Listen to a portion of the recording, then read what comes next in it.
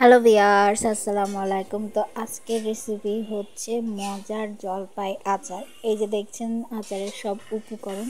তো আপনারা সবাই জানেন যে আচারে কি কি লাগে, তো এখানে বলার কোনো দরকার নাই। তো আম্মুর হাতের মজার টক ঝাল জলপাই আচার, দেখে তো আমার এখনই লোভ লাগছে। ভাইরে ভাই কি বলবো, অনেকদিন ধরে আম্মুকে বলি যে আম্মু একটু জলপাইয়ের আচার তৈরি করো। করতে করতে আম্মু আজকে তৈরি করছে।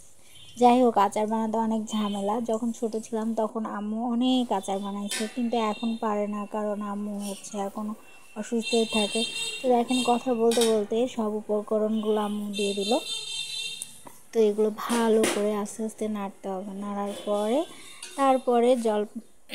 তারপরে একটু পানি দিয়ে দিল। তারপরে পানি দেওয়ার পরে দেখেন আরও একটু ঘন হয়ে গেল। ঘন হয়ে যাওয়ার পরে নাড়তে থাকবে মশলাগুলো। শুকনো মরিচ দিলে আরও বেশি টেস্ট লাগে।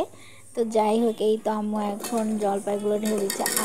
দেখে তো এখনই মুখে স্বাদ চলে আসলো, জল চলে আসছে। আপনাদেরও যদি জল চলে আসে তো অবশ্যই কমেন্ট করে জানাবেন। দেখুন জলপাইগুলো কি সুন্দর আমেজ হয়ে আসতেছে।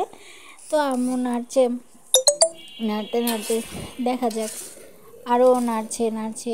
আম্মু বলছে আমার হাত ব্যথা শুরু হয়ে গেছে। যাই হোক, করার কিছু নয়, কষ্ট করে সে জলপাই আচার করছে আমার জন্য।